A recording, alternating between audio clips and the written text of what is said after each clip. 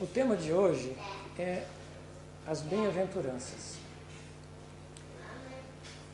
Antes de nós entrarmos propriamente nas bem-aventuranças, nós vamos fazer um pequeno preâmbulo falando do Sermão da Montanha, porque na realidade as bem-aventuranças fazem parte do Sermão da Montanha. O Sermão da Montanha é um extraordinário ensinamento que Jesus nos deixou. É muito interessante e importante que todos vocês procurem ter a oportunidade de estudar as bem-aventuranças, o Sermão da Montanha, porque ela realmente é aquilo que de mais significativo tem nos ensinamentos do Cristo.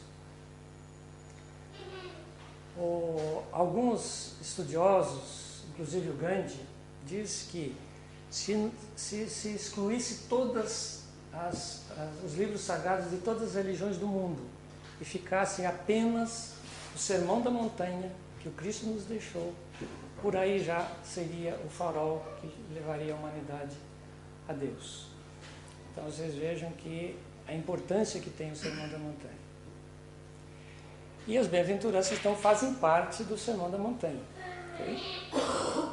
Então os amigos espirituais, os nossos bons espíritos, nos contam que naquela tarde, noite, aquele crepúsculo, uma multidão se dirigia a um determinado lugar, onde se falava muito num tal de Jesus de Nazaré,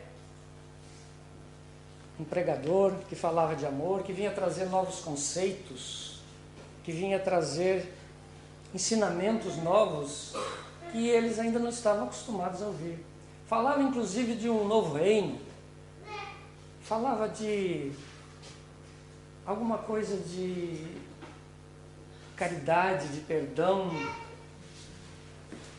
ou seja, muitos conceitos que na época era difícil de assimilar.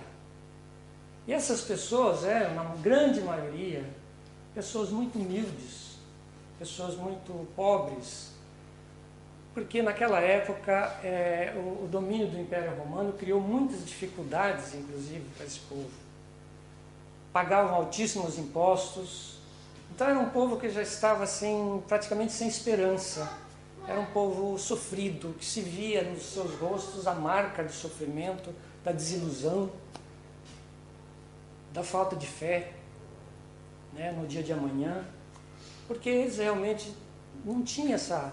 E vem Jesus de Nazaré, um jovem galileu, falar de um novo reino. E eles todos se dirigiam para lá, porque já tinham ouvido falar, a maioria deles já tinha ouvido falar, alguns já tinham visto Cristo falar, e foram até lá, naquele crepúsculo, para ouvir o Mestre falar sobre o amor. E todos muito ansiosos, e começaram a sentir como se alguma coisa de diferente estivesse para acontecer. As suas almas vibravam. Era alguma coisa de extraordinário, eles não sabiam entender o porquê que estava acontecendo aqui. Todos muito ansiosos, se olhavam, se comunicavam mesmo sem se falar, só com os olhos, porque estavam pressentindo que a luz estava chegando até eles naquele momento. E eis que surge Jesus de Nazaré e começa a falar. Começa a falar do Sermão da Montanha. E começa: vós sois o sal da terra, vós sois a luz do mundo. Não penseis que eu vim destruir a lei. Vai, reconcilia-te com teu irmão. Não resistais ao homem mau. Não jureis falso. Amai o vosso próximo e aos vossos inimigos. Quando orardes, dizei assim: Pai nosso que estais no céu. Ninguém pode servir a dois senhores. Olhai as aves do céu, como crescem os lírios dos campos. Não julgueis. Pedi e obtereis. Buscai e achareis. Batei e abrir-se-vos-á. Acautelai-vos dos falsos profetas. Entrai pela porta estreita. Nem todo aquele que me diz Senhor, Senhor, entrará nos reinos dos céus, mas aquele que faz a vontade de meu Pai. E continua o mestre de Nazaré a falar sobre o amor, ensinando a todos, dando uma nova concepção, uma nova visão desse reino de amor que até então se via de uma maneira completamente diferente. E o povo, com o coração cheio de alegria, de emoção, ouvia todo aquele ensinamento bendito que partia do nosso Mestre. E ele fala: bem-aventurados os pobres de espírito, porque deles é o reino do céu. Onde é que me deu?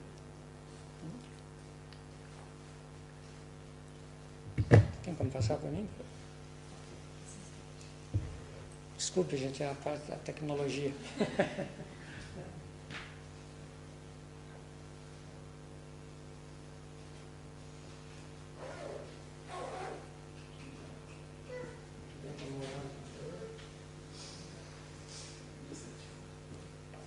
Mas tudo bem.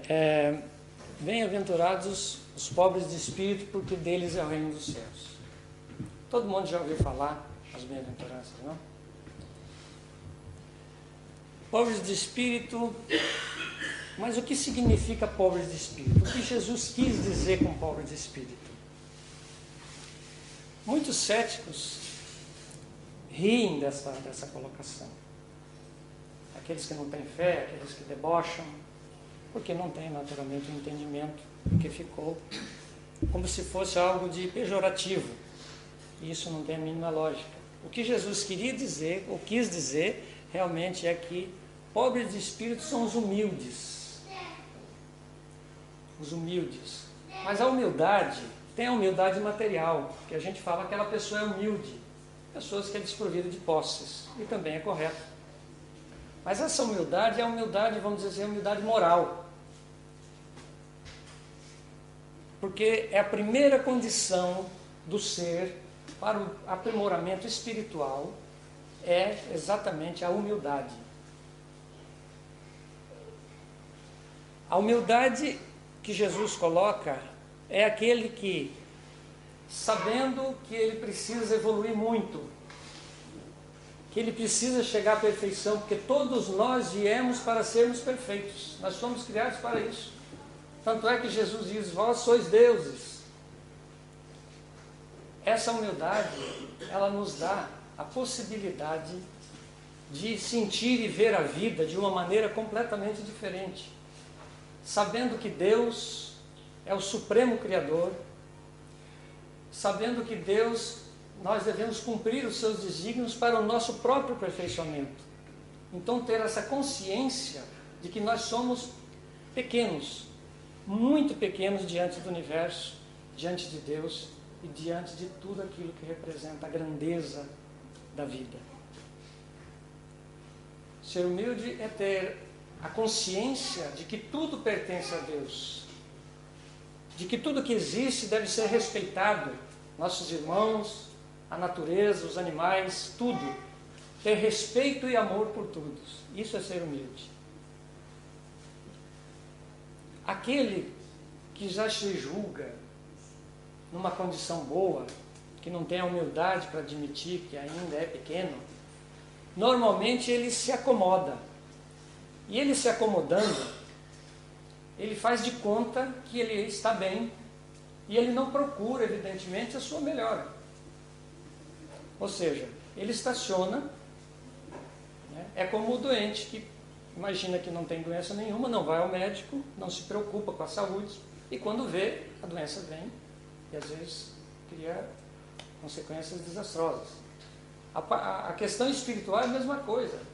Quando nós despertamos para a vida espiritual, essa humildade nos dá realmente a possibilidade e essa abertura para poder nos refletirmos e sabermos que nós precisamos melhorar.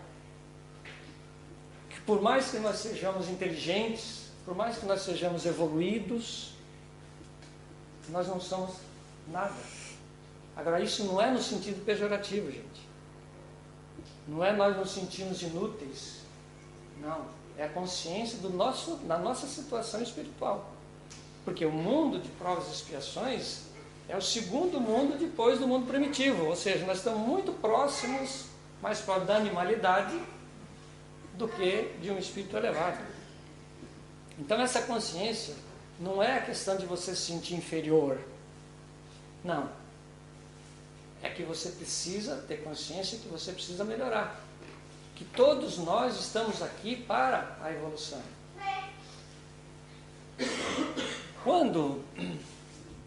Quando Jesus fala dos pobres de espírito, dos humildes, ele quer dizer também que nós precisamos nos preocupar com a questão espiritual. Nós não devemos colocar a parte material em primeiro plano. Porque se nós colocarmos, nós não vamos ter a oportunidade do crescimento. É por isso que a humanidade ainda continua bastante atrasada. E Jesus falou isso há mais de 2000 anos atrás. Então essa conscientização é muito importante. A pessoa humilde não significa que ela não deva progredir, porque isso faz parte da natureza humana e é preciso que haja, porque faz parte da lei do trabalho, que vem a lei do progresso. Todos nós devemos trabalhar e lutar para conseguir bens. Por que não? Qual é o problema? A questão não é essa. A questão é que quando nós nos envolvemos com a parte material, colocamos na escala de valores em primeiro plano, nós deixamos de lado a parte espiritual. Por exemplo, se nós montamos uma empresa, essa empresa cresce, e cresce, e cresce. Daqui a pouco nós não vamos ter tempo para mais nada. Nós não vamos ter tempo para a família, nós não vamos ter tempo... Ou seja, aquilo que deveria fazer parte da nossa vida, que é muito importante isso, que a gente cresça, evidentemente, ela passa a ser uma finalidade. E aí nós concentramos toda a nossa energia na questão financeira, na questão do poder, na questão econômica, etc, etc. Todos nós podemos e devemos ter bens. Mas o que Jesus nos coloca é que nós temos que prestar atenção na parte espiritual. Graças a Deus, hoje em dia, tem muitas pessoas no mundo muito ricas e que fazem um trabalho extraordinário de caridade e amor. Graças a Deus. Muita gente, muito se mudou a respeito disso. Eu me lembro muito bem quando eu era muito pequeno, não é que faz tanto tempo assim, a gente tinha uma questão de preconceito contra ricos. Nos ensinaram que nenhum rico é bom. Nenhum rico vai para o céu, né? Como se dizia na época. É uma aberração, evidentemente, porque é falta de um esclarecimento. O dinheiro, na verdade, ele é neutro. Né? Com o dinheiro a gente pode comprar o leite que alimenta, como podemos comprar o tóxico que mata o jovem. É o uso que nós fizemos dele. Então o que Jesus nos alerta é exatamente isso, que a gente use os bens materiais, que a gente possa evoluir, que a gente possa crescer. Tanto é que ele vai na casa de Nicodemos, né? Quando Nicodemos, que era o coletor de impostos, que todos falavam mal, eles eram muito mal vistos, ele vai com Nicodemos para escândalo de muita gente, e realmente porque o rico também tem responsabilidades muito maiores do que a nossa. Então, nós podemos e devemos ter dinheiro. Podemos e devemos, porque podemos trabalhar muito mais ainda. A questão é não desviar do foco espiritual, porque lá ninguém leva nada. Quando a gente chega no mundo espiritual, ninguém vai perguntar quanto que você tinha no banco. Não existe. Então, o humilde, ele tem muito mais liberdade, porque ele está livre das amarras do orgulho, do egoísmo, né? E ele procura realmente ter as coisas mais de uma maneira tranquila, buscando o reino de Deus dentro de si.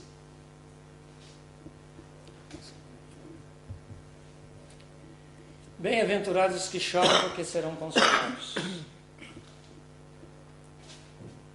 No nosso mundo de provas e expiações, todos nós choramos. Todos. Desde o magnata, o mais rico do mundo, até o mais pobre, o mais miserável. Desde os palácios às choupanas. Porque a condição do sofrimento faz parte de um planeta de provas e expiações. Mas as dores são castigo? Não. Deus não castiga ninguém. Deus é infinitamente amor e misericórdia. Nós muitas vezes transportamos a responsabilidade de Deus, dos nossos problemas, para Deus. Na verdade, nós somos artífices do nosso destino. Se existe dor, sofrimento hoje, ou é dessa vida presente, ou é da vida passada, ou das vidas passadas. Pelos nossos desatinos, pela nossa falta de coerência, pelo nosso desamor, Deus nos ajuda sempre para que nós evoluamos.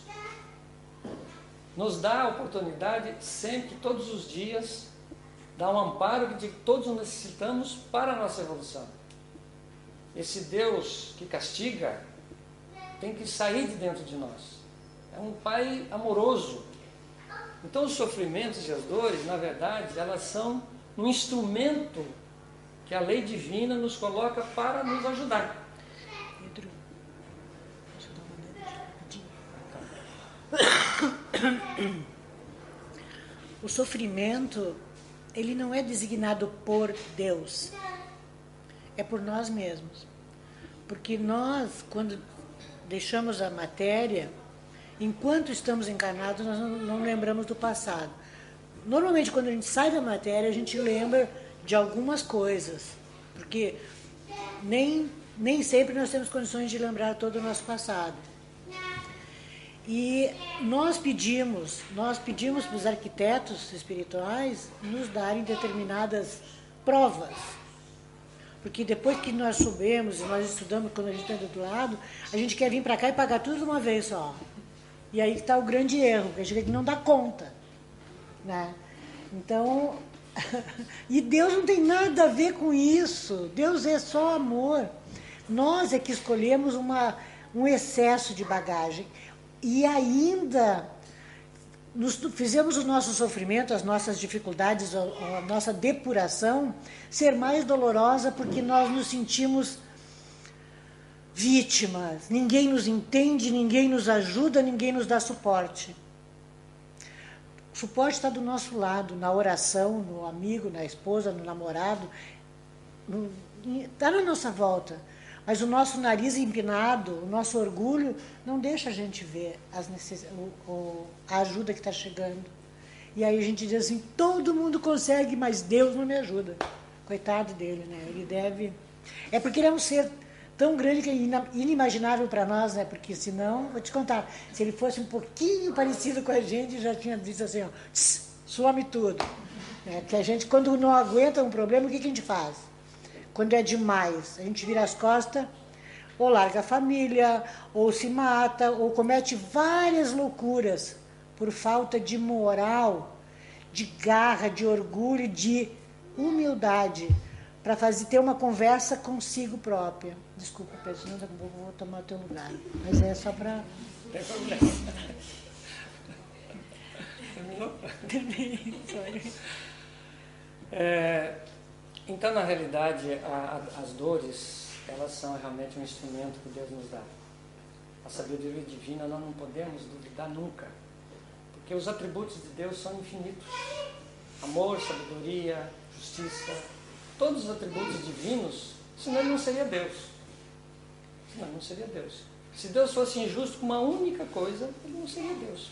Porque poderia haver alguém superior a ele que não cometesse nenhuma injustiça. Então Deus, tudo aquilo que Ele nos faz é para o nosso bem. As leis foram criadas para o nosso bem. Os problemas que são criados por nós mesmos, como a própria Marlene falou agora.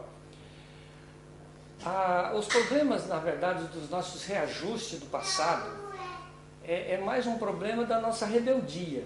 Porque nós não queremos e não gostamos de sofrer. Não gostar é normal. Quem é que gosta de sofrer? Não devemos gostar mesmo. Né?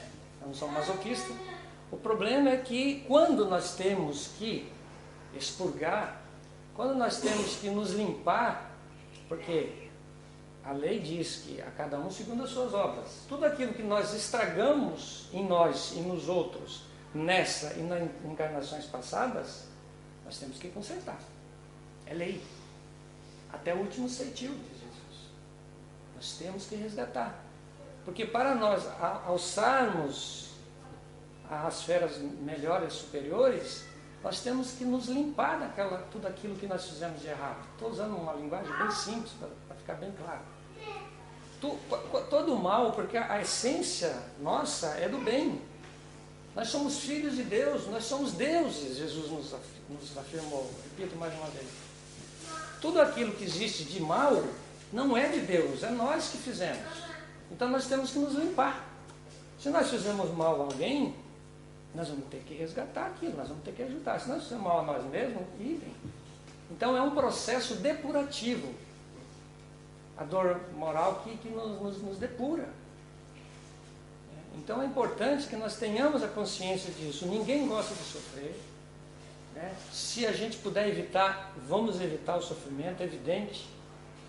Mas se, apesar de tudo, o sofrimento vem, e deve vir, porque todos nós estamos aqui e não tem como escapar, nós devemos procurar ter uma visão diferente. E Jesus nos passou isso há 2000 anos atrás. Então é importante isso para que a gente possa trabalhar melhor com a dor. Nós temos exemplos assim tão grandes de pessoas de convívio que sofrem, porque a questão do sofrimento é relativa também. Aquilo que pode me fazer um grande mal, um sofrimento terrível, para Marlene, por exemplo, pode não ser nada. Nós temos um amigo que passou por um problema de câncer, com radioterapia, quimioterapia, há pouco tempo agora, e está na ativa, está para lá e para cá, correndo para lá e para cá. Nunca se vitimou, né? Nunca se vitimou. Nunca disse por quê. Ele está consciente. Para mim é um exemplo aquele rapaz. Eu sempre digo, é um exemplo, é o Gilson, acho que vocês conhecem. Vocês veem o Gilson hoje, que já engordou alguns quilos, que ele perdeu 10 quilos, ele já era magro. O Gilson é um exemplo. Uma pessoa que teve câncer, que passou por quimioterapia, radioterapia, e todo aquele amontoado de remédios, coisas terríveis. O homem está de pé, correndo para lá e para cá, está com planos para o futuro, vai estudar. Né? E nunca disse, né? Ai, que dor. Nunca vi. Nunca. Para mim, eu nunca ouvi. Todas as vezes que eu vi ele, como é que está, Gilson? Estou bem. Então, quer dizer, para ele, aquele sofrimento, claro que ele sofreu, evidente, ele é humano, mas aquele sofrimento, se fosse para outro, seria insuportável. Seria insuportável. Para muitos que do círculo de amizade, que já comentaram comigo, dizem, eu não aguentaria isso. Eu acho que eu não aguentaria. Mas ele aguentou. Então, é um exemplo que a gente tem que seguir. Que a dor, o sofrimento, com humildade, ela nos depura e ela nos eleva.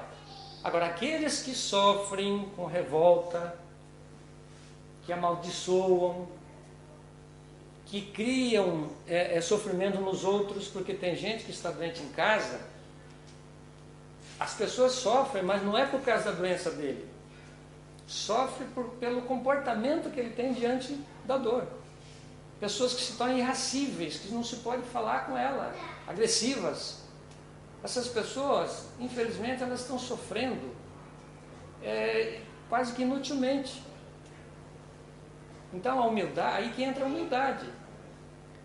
Porque a humildade nos dá essa noção, essa tranquilidade para poder. Por isso que Jesus coloca como primeira bem-aventurança. Ninguém que não for humilde consegue realmente, teria muito mais dificuldade para se evoluir.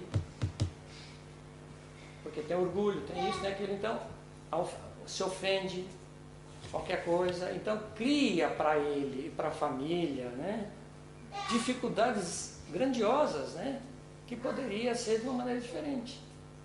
O contrário também é verdadeiro, muita gente está muito sofrida, muito doente, e são pessoas dóceis, que aceitam os desígnios de Deus. Meu filho, é a vontade de Deus. E é a vontade de Deus. Mas por quê? Porque Deus quer que ele sofra? Não, porque é por bem dele. É ele que criou a doença no próprio corpo, né? Bem-aventurados os mansos, porque herdarão a terra. Quando se fala em mansuetude, até parece uma coisa meio pejorativa, né? As pessoas dizem, isso aí não é de nada, né? Tem sangue de barata, né? Você pode provocar ele que ele não faz nada. Não tem sangue nas veias, é um coitado. Porque na nossa sociedade de hoje, nós estamos muito mais próximos da animalidade do que da angelitude. Ser homem significa o quê? Ser homem significa o quê? Aquele que bate, que responde, que reage.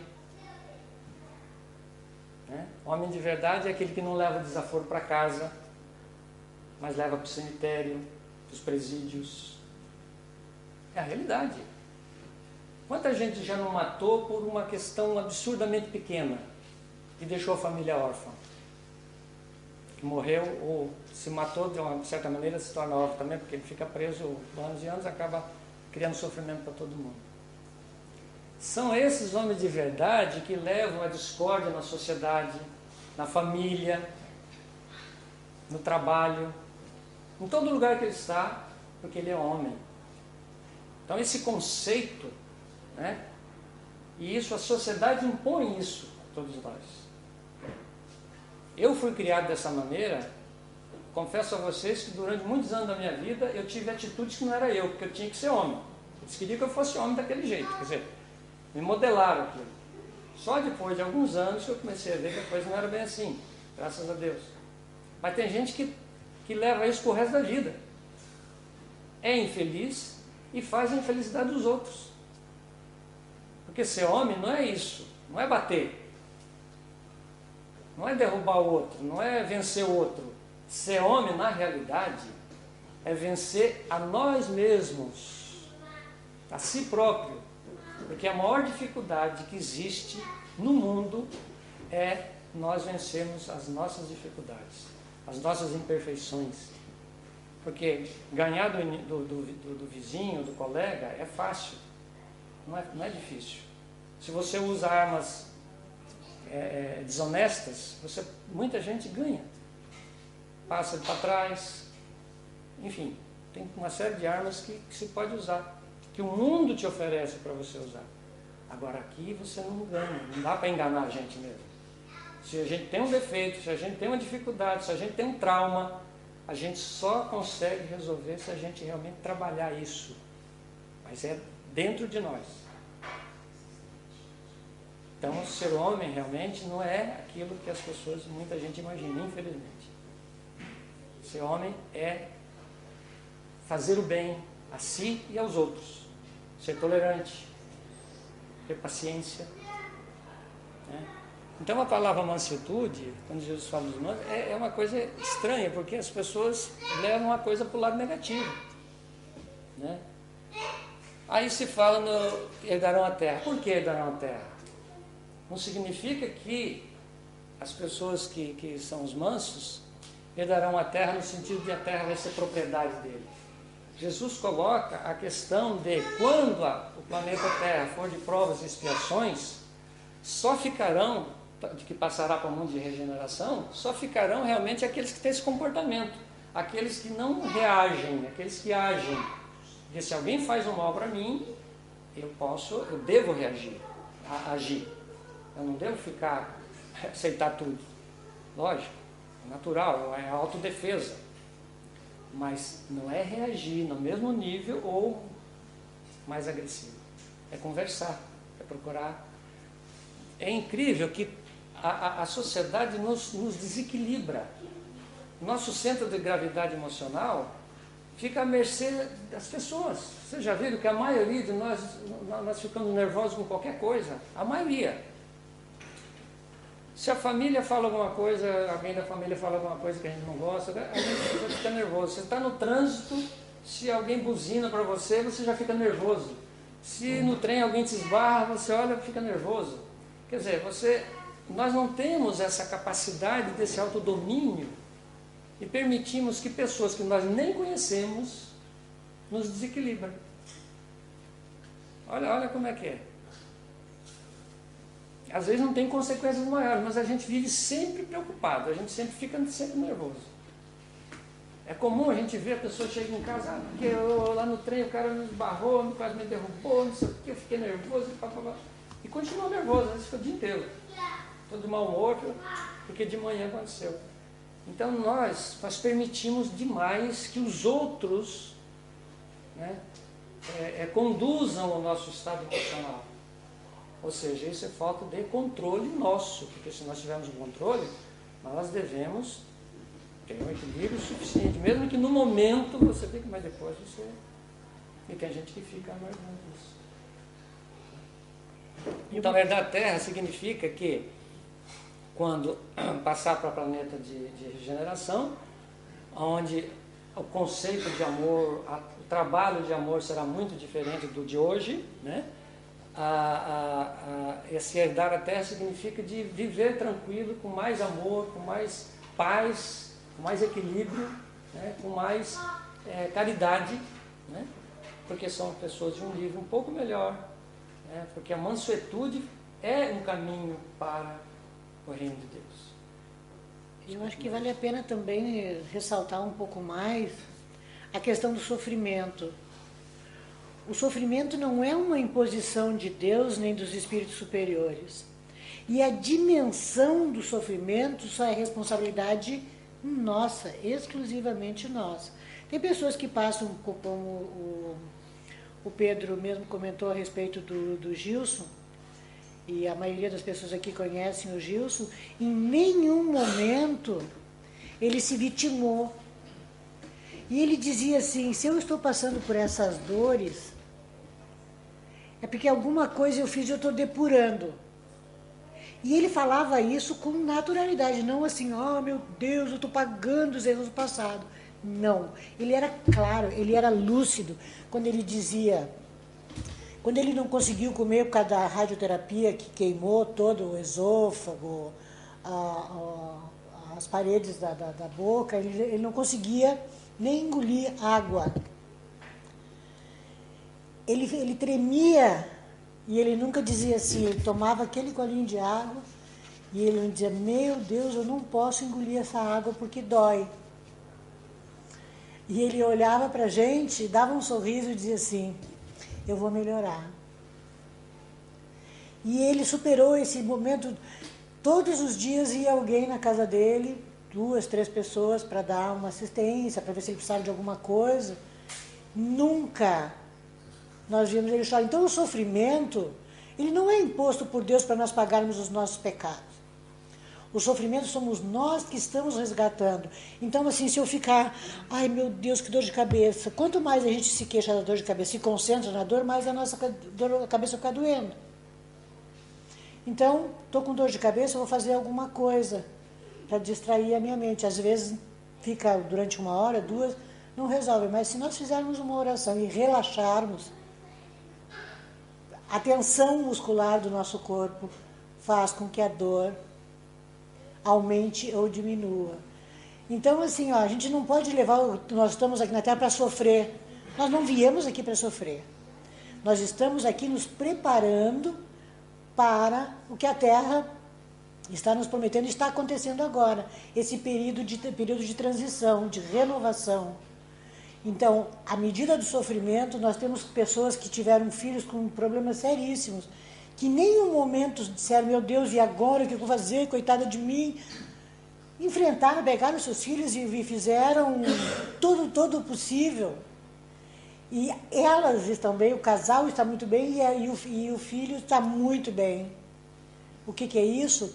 Eu estou com esse problema, eu tenho que resolver isso aqui, eu tenho que resolver. Um médico, se ele fizer um curso de medicina e ele achar que ele não precisa mais estudar, ele está errado. E assim somos nós em todas as áreas da nossa vida. Nós temos que esquecer que nós somos vítimas da dor, da miséria, que eu não tenho sorte, eu não consigo isso, eu não consigo aquilo, eu estou plantando. E eu vou conseguir. Pensamento positivo também é a grande mola da vida. A força que nós temos de nós conseguirmos ultrapassar barreiras. Aí Deus tem a ver alguma coisa, Jesus tem alguma coisa a ver com isso? Não tem. Esse é o nosso livre-arbítrio, o grande presente que o Pai Maior nos deu. É a escolha nossa. Então, eu vou trabalhar mais, o médico vai se aprimorar, vai fazer um pós-graduação, vai fazer um PhD e vai continuar estudando. Não é porque ele é PhD que agora eu sou o tal. Não. Um advogado, ele vai ter que continuar estudando e reestudando as leis. Por quê? Porque o mundo é movimento e nós não podemos parar. Porque fica muito fácil, assim, meu Deus, estou mal financeiramente.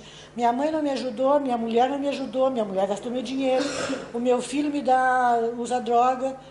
Aí, assim, poucas vezes um pai pergunta por que o filho caiu nas drogas.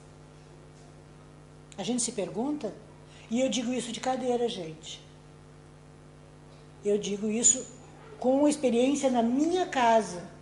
Quem é que falhou? Meu filho que não presta? Eu falhei na educação. Em algum ponto da vida dele, eu e o pai dele, nós falhamos na educação. Então, quem é que trouxe esse sofrimento? Foi Deus que disse assim, Marlene, agora tu vai padecer com o teu filho que está se drogando? Não. O que eu tenho que fazer? Ajudar o meu filho a sair dessa situação. É esse o meu compromisso. Eu alivio a minha dor, melhoro a dor dele e ele vai tendo lucidez.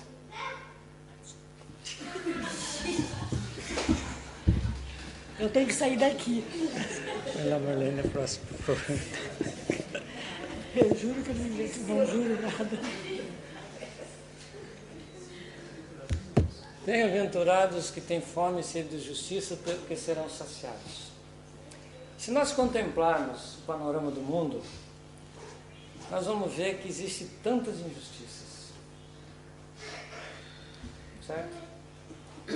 Tem gente tão rica, perfeita, feliz, e tem gente tão pobre, com problema de saúde, problema físico, não tem nada, não tem nem o que comer. Tem gente que mora em palácios, tem gente que mora numa caserna ou na rua. Tem gente que tem roupas para escolher, não sabe o que vai escolher, e tem gente que pega qualquer farrapo e coloca. Passa frio, etc, etc, etc. Ou seja, o panorama do mundo é uma injustiça tremenda. Mas Jesus, por que Jesus disse isso então? Jesus não estava falando a verdade? Realmente, se nós tivéssemos uma única existência, seria uma enganação. Mas quando nós levamos em conta que, através das reencarnações, nós nos depuramos, nós chegamos aqui dessa ou daquela maneira, porque muitas vezes, ou a maioria das vezes, é para passar por aquela dificuldade. Essas aparentes injustiças deixam de existir. Porque o mendigo, aquele que passa fome hoje, o que será que ele pode ter feito quando ele era em outras encarnações ricos contra o seu semelhante? Eu não estou dizendo, gente, por favor, que isso às vezes as pessoas confundem, que toda pessoa que você vê na rua que é mendigo está nessa situação. Existem casos, tá? Precisa tomar muito cuidado. A pessoa já ouviu falar, pessoal, aquele ali é aleijado porque... Primeiro que nós não temos que julgar coisa nenhuma. Quem somos nós para julgar? E segundo que é falta de caridade você ficar apontando defeitos ou problemas dos outros. Nós temos que fazer a nossa caridade, se precisar de ajuda, nós devemos ajudar sempre, independente de situação da pessoa, qualquer que seja ela. Não é isso. A questão é que, pela lei de causa e efeito, o mundo está absolutamente certo. Quando Jesus fala, é preciso que haja o escândalo, mas ai por quem vem o escândalo? Escândalo nesse sentido também. Porque nós vivemos num planeta de provas e expiações, onde a imperfeição impera, onde para você evoluir, ou você evolui através do amor, ou através da dor. Voltando à dor de novo. Quando nós não praticamos o amor, com certeza a dor chega. Então nada está errado, está tudo muito certo. Quando nós sairmos dessa situação de provas e expiações, nos galgarmos postos mais elevados através do nosso trabalho redentor, nós vamos ter uma visão muito mais ampla disso. Mas a doutrina espírita já nos ensina isso, os bons espíritos nos ensinam que é assim. Então é preciso que nós entendamos que não existe injustiça, que Jesus falou exatamente isso. Aqueles que aceitar não no sentido de apatia, resignado, porque todos nós temos o direito e o dever de procurar melhorar, porque nós não sabemos até onde vai o desígnio de Deus para a gente continuar numa situação difícil. Quem somos nós para saber? Não, mas eu estou assim porque eu devo ter feito alguma coisa, então eu vou cruzar o... Não posso cruzar os braços, eu tenho que continuar a tentar sair da situação que eu estou, difícil. Agora, se mesmo assim eu continuar nessa situação, é porque tem uma razão. Mas eu continuo lutando. Se não é nessa encarnação, é na outra, não importa. É o movimento, é a luta, é a vontade de vencer as dificuldades. É a mola propulsora do progresso. Quer seja o progresso material, quer seja o progresso espiritual. É lei. Ninguém pode ficar apático diante de nada. Nós temos que trabalhar, a lei do trabalho, a lei divina. Então, quem aceita, resignado às situações em que vive, difícil, ele está construindo o reino de Deus dentro dele. Porque ele está passando por essa situação e está realmente uma situação íntima de força para poder sair da situação. Não importa quando. Então essa justiça, né, a fome e sede de justiça, é assim que Jesus coloca. Que nós devemos realmente levar em conta que o trabalho é nosso. O trabalho de desenvolvimento espiritual é nosso.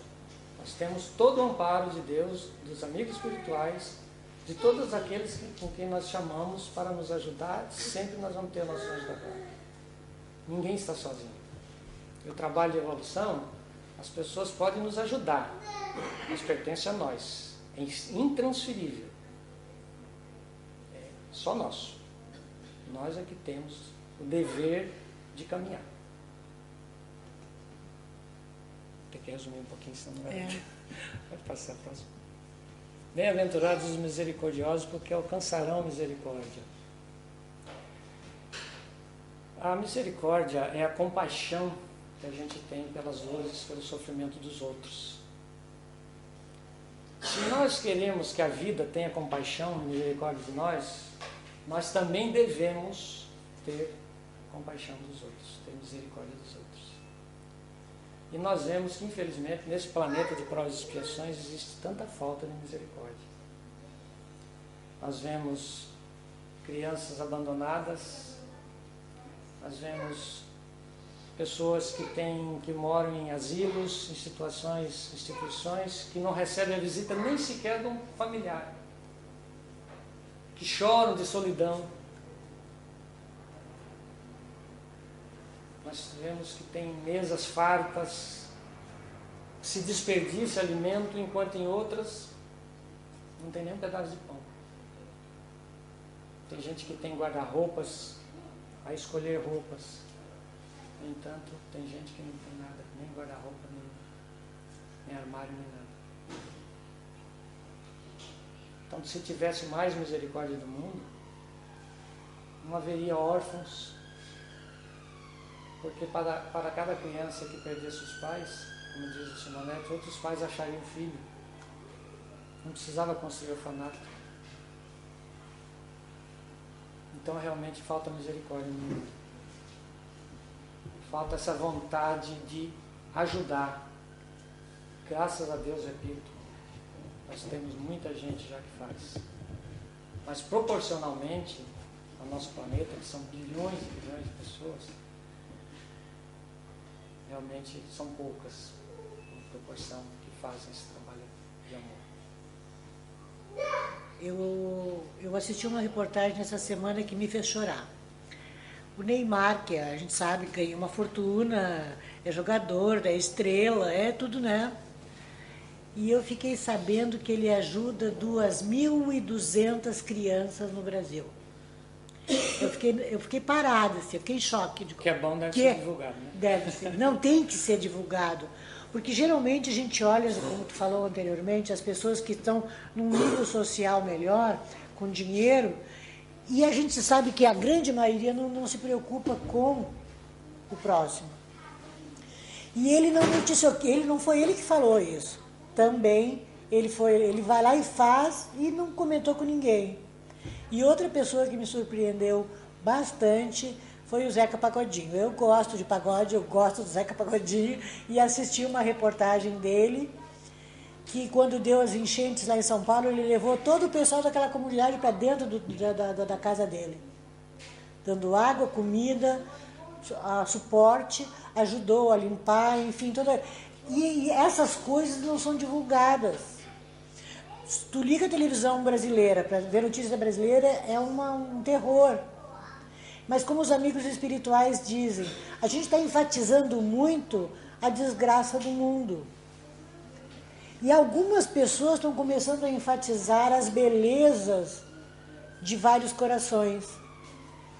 E aí atrás disso vem um outro que ajuda aqui 50, 20 crianças, 50 crianças. Numa vila, o pessoal se reúne e vão lá dar um suporte sobre higiene para aquela maioria daquelas mulheres que às vezes não sabem como usar um preservativo. Aí a gente diz assim, mas meu Deus do céu, na época que nós estamos vivendo, alguém não sabe que tem preservativo, que tem maneiras de não engravidar, que fazem aborto de maneira descontrolada. Então são essa misericórdia que nós estamos precisando desenvolver no ser humano. A solidariedade da palavra, porque aí é só ajudando financeiramente que se ajuda um ser humano? Não. É através de um gesto, de uma palavra, de uma ligação telefônica, de uma viagem de emergência. Uma pessoa que retoma a vontade de viver, a alegria de viver, já é uma vitória para ela e para nós. Aí, meu Deus, eu estou ganhando bônus hora, não tem nada a ver. Se a gente fizer o bem para uma pessoa, porque eu vou fazer isso, porque aí eu vou melhorar como é que se diz? Eu vou melhorar qual é a palavra? Os créditos. Meus créditos perante a espiritualidade. Não! A verdadeiro amor, a verdadeira misericórdia, a verdadeira caridade é aquela que nasce despretensiosa. Vai lá. Convida para dar uma volta. Convida para conversar, para tomar um chá. Mas... Muitas vezes, basta a gente olhar e falar muito isso. Um sorriso. Um sorriso. Aquele sorriso, de repente, é o último, o único. Transforma. O Divaldo, ele fala uma coisa muito interessante. Ele fala que a caridade é um bom negócio. É verdade. O que ele fala? Porque primeiro a gente começa a fazer a caridade assim. Eu vou fazer porque é bom, porque eu vou ficar bem no meu mentor espiritual, a espiritualidade vai começar também a me ajudar. No início a gente está fazendo caridade assim. Por interesse, né? É automático, é o ser humano. Eu vou fazer, porque depois eles vão fazer.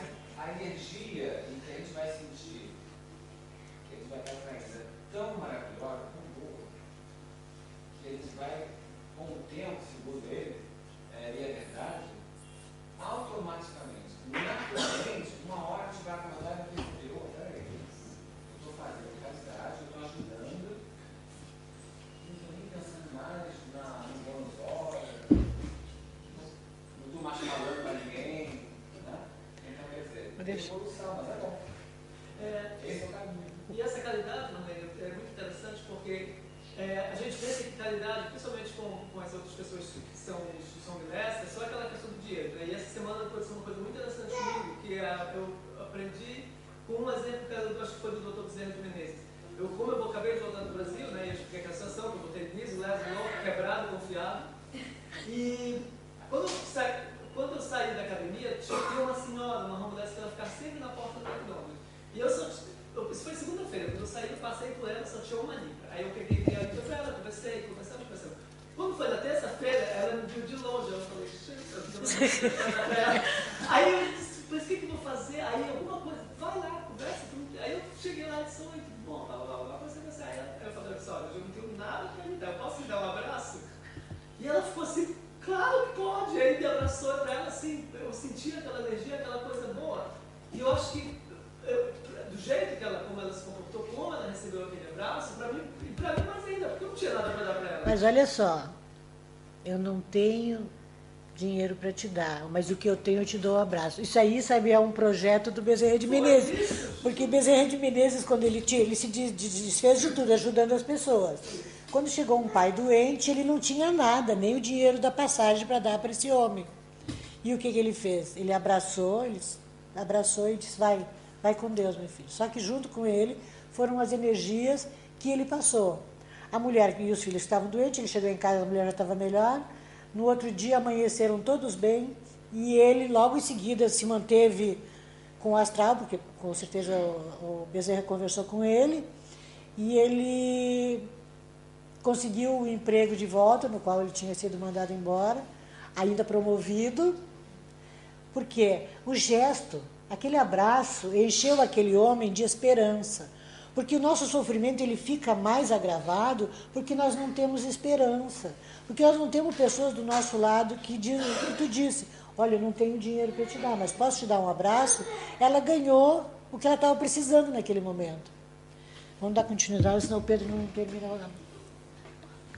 Desculpa, Pedro. Bem-aventurados os que têm limpo o coração, porque verão a Deus. Eu? O que é limpo de coração? Na verdade, limpo de coração é a pessoa que tem sentimentos de amor, que não cultiva inveja, que não cultiva o orgulho, enfim, todos os sentimentos positivos, todos os sentimentos bons, ele cultiva, e os sentimentos negativos ele procura, porque nós viemos nós somos cidadãos milenares, né? Nós trazemos dentro de nós uma bagagem, problemas, traumas muito grandes ao longo desse processo de evolução. Então é natural que nós temos problemas. Não existe ninguém que não tem. Desequilíbrios, às vezes, uns mais, outros menos, é natural. Não adianta a gente querer ser perfeito, porque a gente não é. Às vezes a gente pensa, mas não é. Quando aparece a situação, né? A situação, aí realmente a gente mostra aquilo que a gente é. Porque se você está tudo bem, se as coisas acontecem tudo normalmente, né, a gente não manifesta certas dificuldades, certos defeitos que a gente tem. Só que quando a situação apresenta, é aí que é o teste. Porque diz assim, eu sou bom com todo mundo, mas se mexer comigo eu viro bicho. Então você não é bom, porque a pessoa que é boa não vira bicho. Eu já ouvi muita gente falar isso, eu sou muito bom, mas mexeu comigo, então não é bom. No Rio Grande do Sul a gente diz assim, eu dou um boi para não entrar numa briga, mas dou uma boiada para não sair dela. E a maioria das pessoas são assim. São conceitos assim. Né? Então, quer dizer, é importante que a gente tenha essa noção que a gente tem que dominar esses instintos animais que a gente tem dentro da gente, porque a gente já passou por reencarnações as mais variadas e já fizemos muita besteira. Hoje, nós somos o resultado melhor que de todas as nossas existências. Hoje nós somos melhores. Se nós temos muitos defeitos, mas nós já fomos muito piores.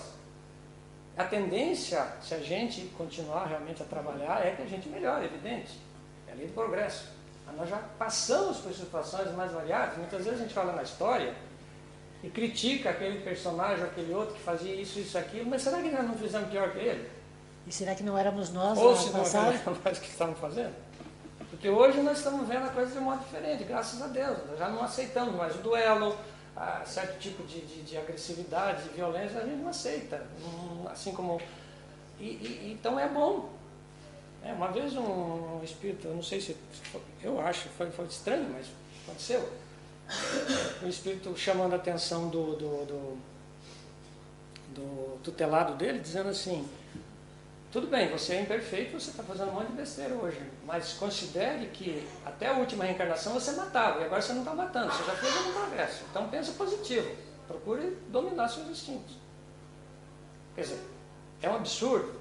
Parece absurdo, mas se alguém matava na reencarnação passada e não mata mais, é um progresso? É um progresso.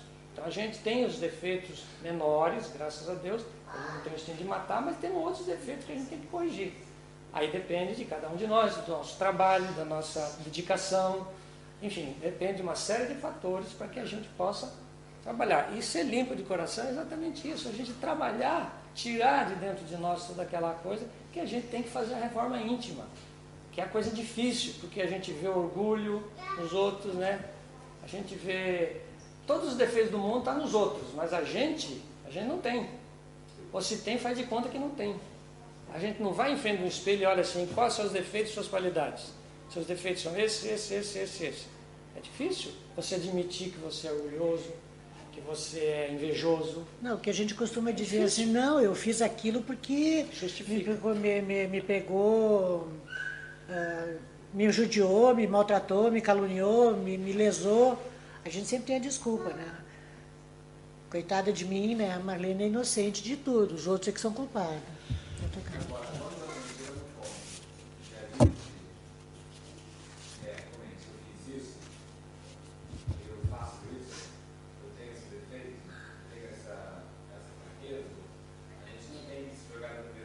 É. Acho que é porque Jesus não vai nos criticar. Os nossos amigos espirituais não vão nos criticar. Com certeza. Não vão fazer. Eles compreendem. Só que eles vão ser sinceros. Eu vou estar do seu lado todo o processo de transformação. Agora, você vai ter algo. Claro. O chinelo que eles nos dão, que é a palavra. Né? A companhia, a energia, o amor incondicional. Agora, a gente tem que pegar isso e cair.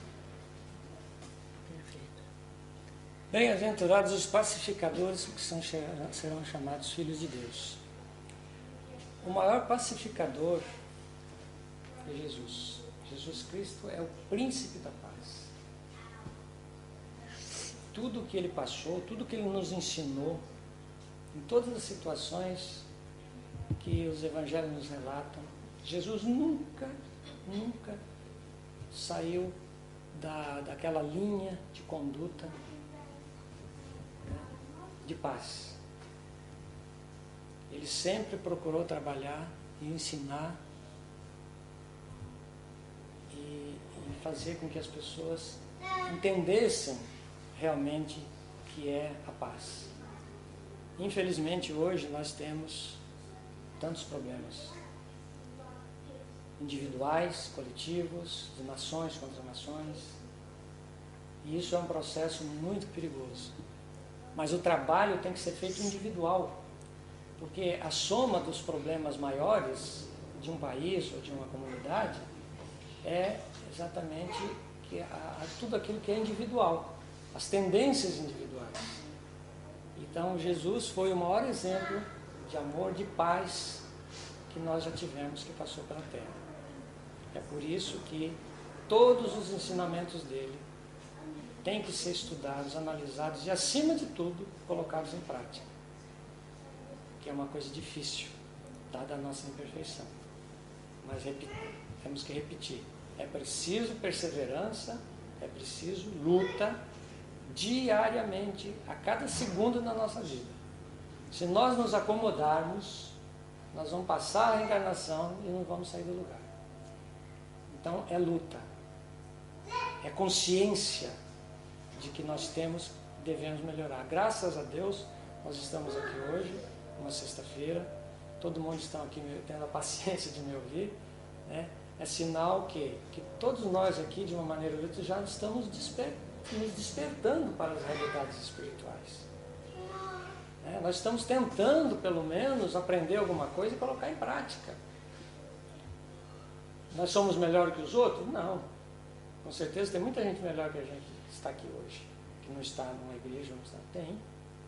Com certeza tem muito ateu que faz muito mais pelo bem, pela caridade do que nós que estamos aqui. Claro que tem.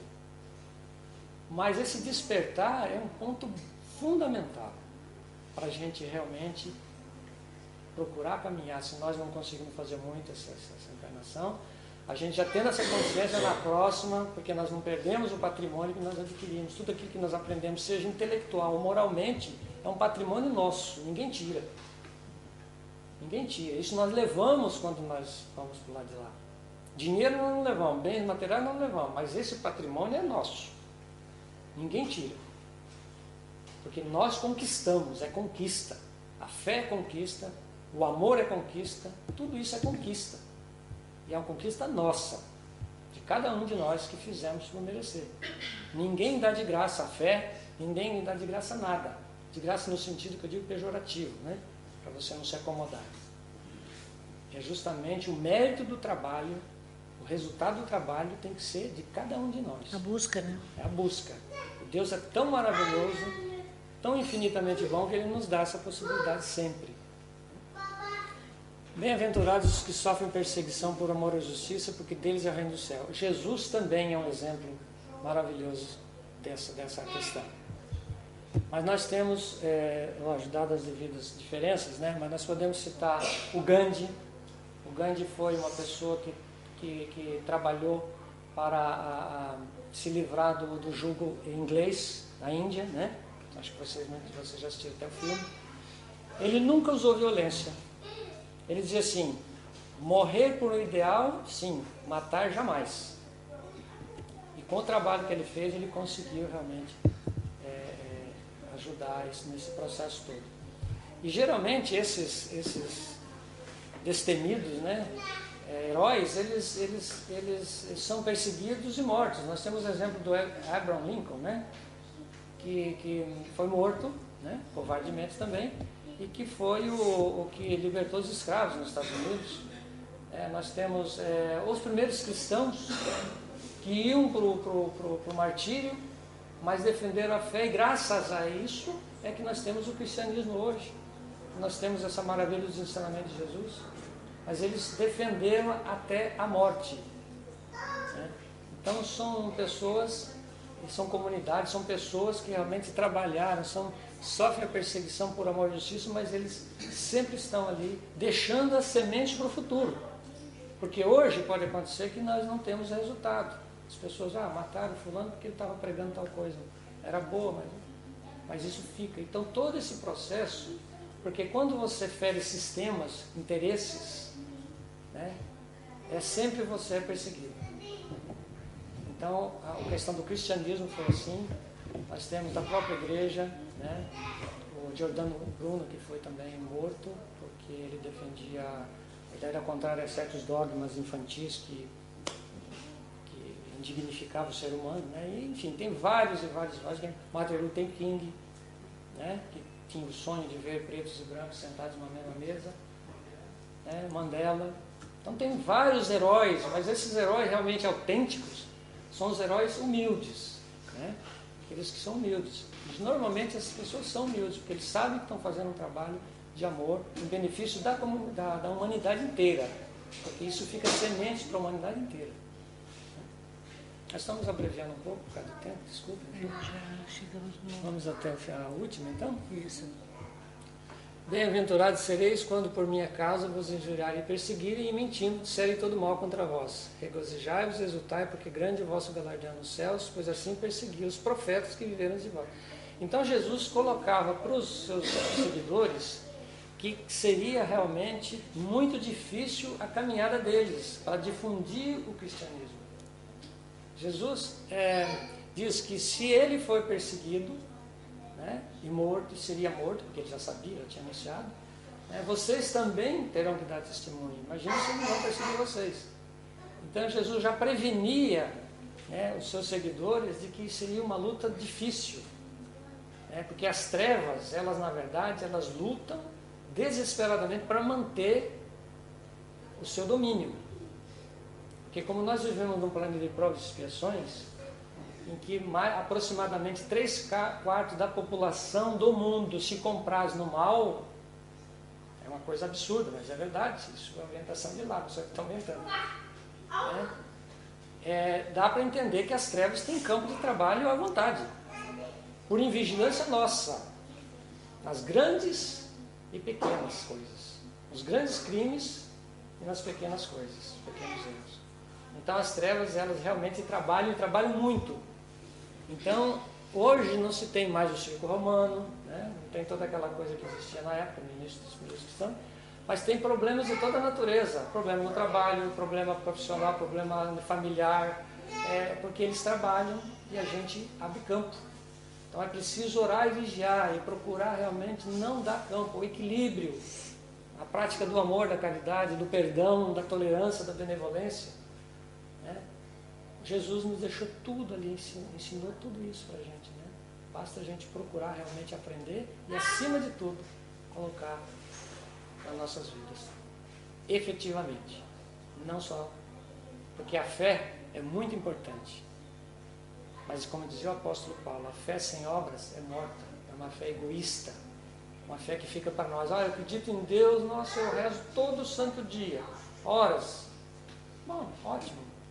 Mas o que você faz quando você precisa ajudar teu irmão, quando você tem que ter tolerância, paciência, etc. O que você faz? Será que a oração, todos esses momentos de oração está servindo para alguma coisa? Porque lá não vão perguntar para você se você orou todo dia. Não estou diminuindo o valor da oração, pelo amor de Deus. Não é isso. Eles vão ver aquilo que você fez efetivamente em benefício seu e do próximo. Então não adianta fazer os discursos bonitos da fé, porque o Senhor isso, porque o Senhor Deus, se na prática nós não fazemos aquilo que devemos fazer de amor aos nossos irmãos. Eu peço desculpa a vocês, perdão a vocês por qualquer falha, qualquer coisa que eu tenha dito que não, né? E muito agradecido pela paciência. Que Jesus nos abençoe a todos e continuemos com a força, com o entusiasmo que Jesus nos deixou também, né? Ele sempre colocou para os cristãos, para os discípulos, o bom ânimo, né? Apesar de toda essa problemática de perseguição, ele sempre colocou que nós temos que ter bom ânimo, que é uma energia positiva, que nos reforça, que nos renova o entusiasmo pela vida todos os dias, para a gente realmente caminhar, para a gente realmente chegar aonde nós precisamos chegar como filho de Deus. Muito obrigado, gente. Desculpa qualquer coisa. Obrigada.